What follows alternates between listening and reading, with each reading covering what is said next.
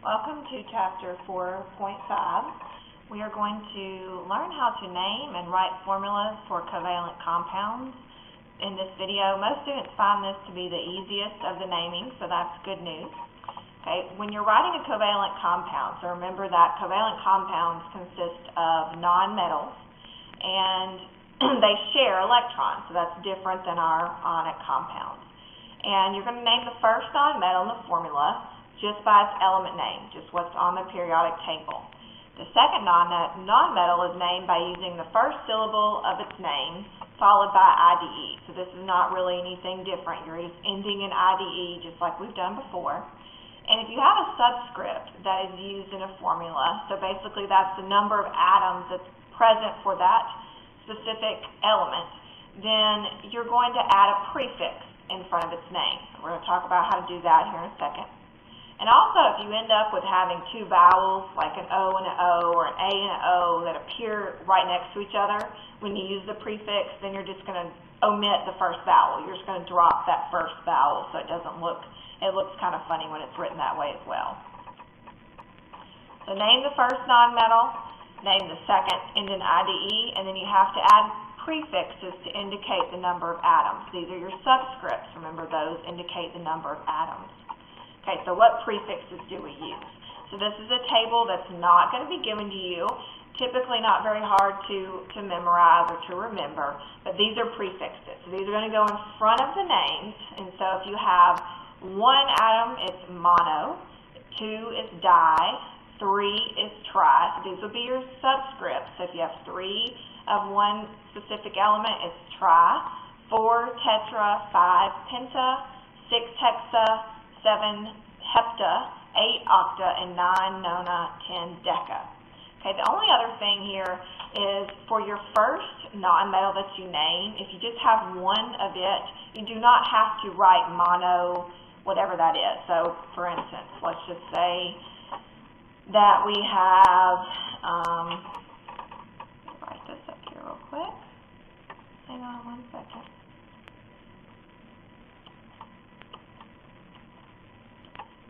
So let's say we have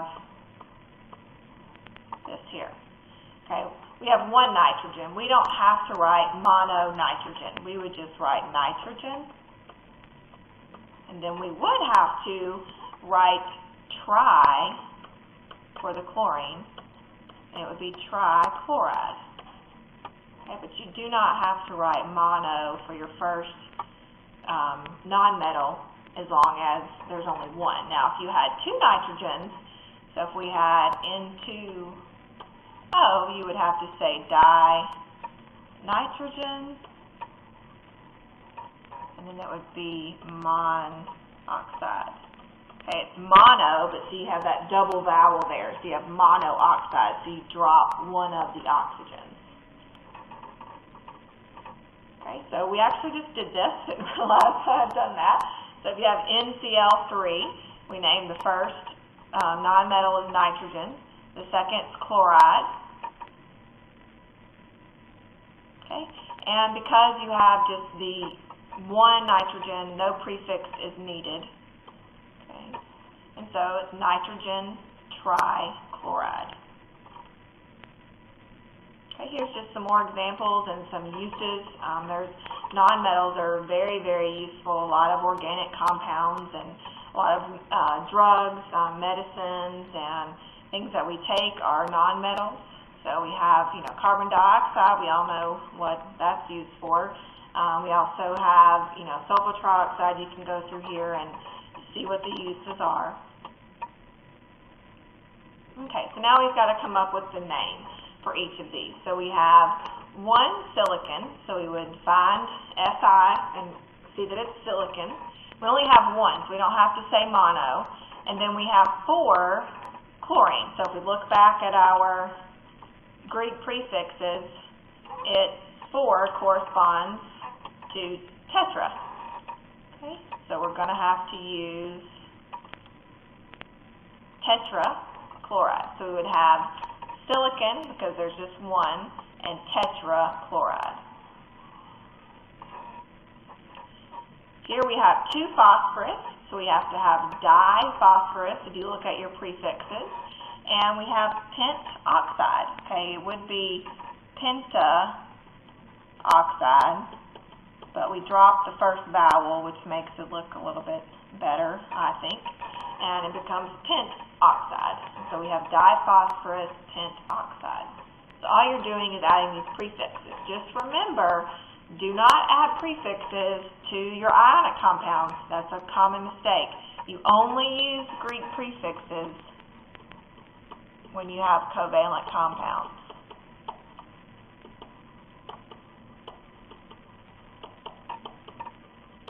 So basically you have non-metals. You have to recognize if it's non-metals or if you have a metal and a non-metal. Okay, we have chlorine and oxygen, both of which are non-metals on the right side of the stair step. We have 2 chlorines, so that's going to be dichlorine, so we know that one's not going to be correct.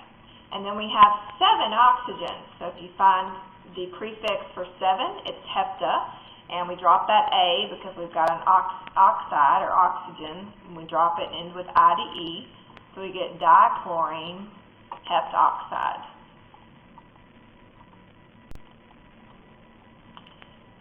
Now we're going to look at writing formulas for covalent compounds. So we're going to be given the name, and then we have to write the formula.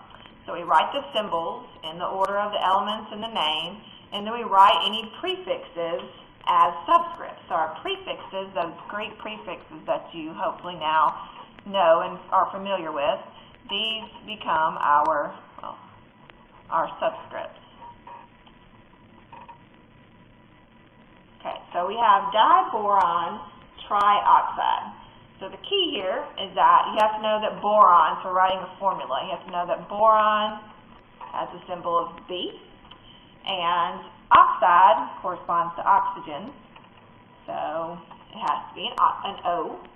And now we have to know how many atoms we have of each, and we do this by just looking at the prefix. So di means 2, so if you have to go back to your table, you can, and tri means 3. So we have 2 boron and 3 oxygen. So if we go back, and you can look at this at the reverse. So now you're given the name, but try to name it. So you would name this as diboron trioxide. You can check your answer based on, if you know how to name, then you can check your answer and make sure it goes along with it. Okay, we have phosphorus. There's no prefix, so that's understood that we just have 1. Okay, and so phosphorus, the symbol for it is a P. Okay, we have pentachloride. Okay, so we have Cl. We know that's the symbol for chlorine. And we have 5, because penta, if you look back at your prefix chart, stands for 5.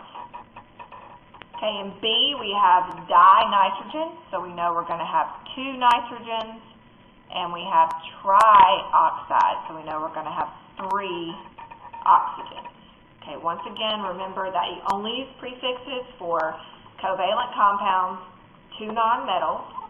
Okay, we have sulfur with no prefix, so we know that it's going to have how many atoms?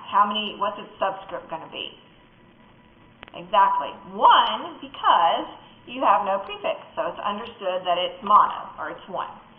Okay, and then we have fluoride, we have fluorine. Okay, so all this naming is going to get you really familiar with knowing the elements and their symbols. And we have hexa. So if you look at your chart, hexa stands for 6. And so our formula would be SS6.